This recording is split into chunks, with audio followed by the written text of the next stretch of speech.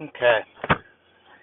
So I just heard about the P-52s or the P-43s or whatever, which is supposed to be present plus however many thousands of years. This is my problem, y'all. I keep seeing this over and over and over. Like if you don't buy into any of these things and you just kind of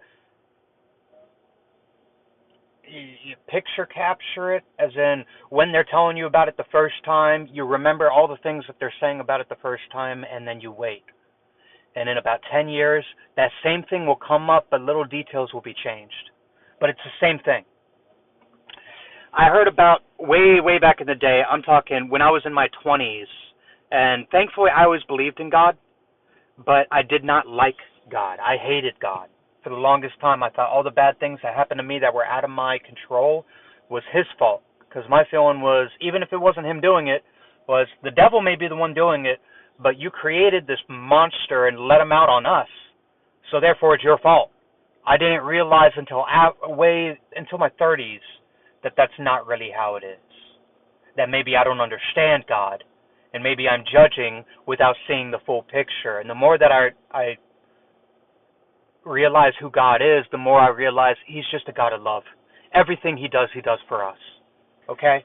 But these P-52s, back in the day, it was the Greys were us from the future, and why they looked like that was because of gravity, not from going underground, but they had the little spindly bodies with no melanin because they were in spaceships. Because artificial gravity is not the same as actual gravity. So we can see, if you send a human being up in space, their muscle disintegrates.